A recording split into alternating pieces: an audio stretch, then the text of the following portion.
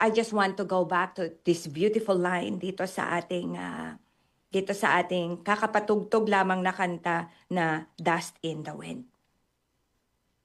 I close my eyes.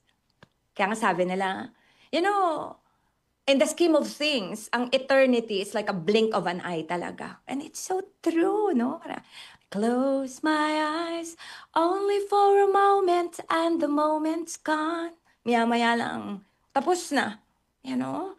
Parang nagbakasyon ako ng isang buwan sa amin. Maya-maya lang, parang pumikit lang ako, tapos na isang buwan. Maya-maya lang, tapos na ulit ang 2026.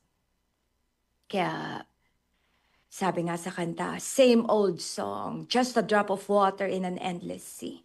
All we do crumbles to the ground, though we refuse to see.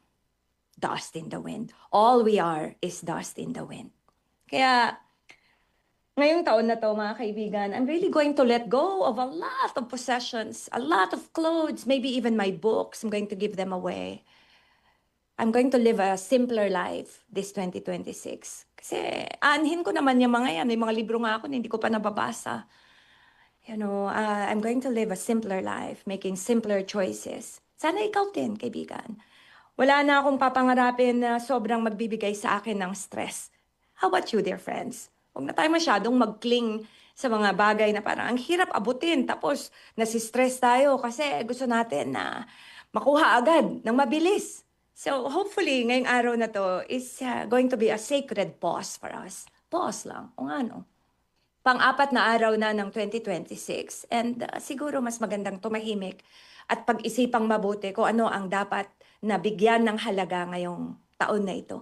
Siguro katahimikan ng puso, siguro payapang puso. At hindi kailangan na tumakbo para makarating agad. Maybe we go slowly. What do you think, dear friends?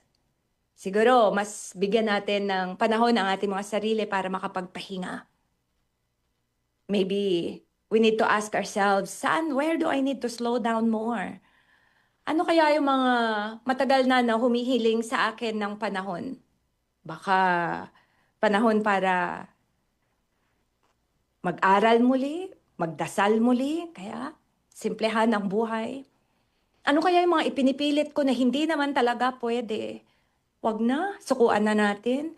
Naalala ko yung nag-message sa atin dati na tagal-tagal ko na siyang nililigawan. Bakit di pa rin niya ako minamahal? Hindi talaga na ipipilit ang pagmamahal. Bakit? Ang tagal ko nang humihingi ng sorry, hindi pa rin niya ako pinapatawad. Ang mahalaga, humingi ka na ng sorry. Nasa kanya na yon kung ibibigay niya yon sa'yo o hindi. So let's pause at humingi ng gabay siguro.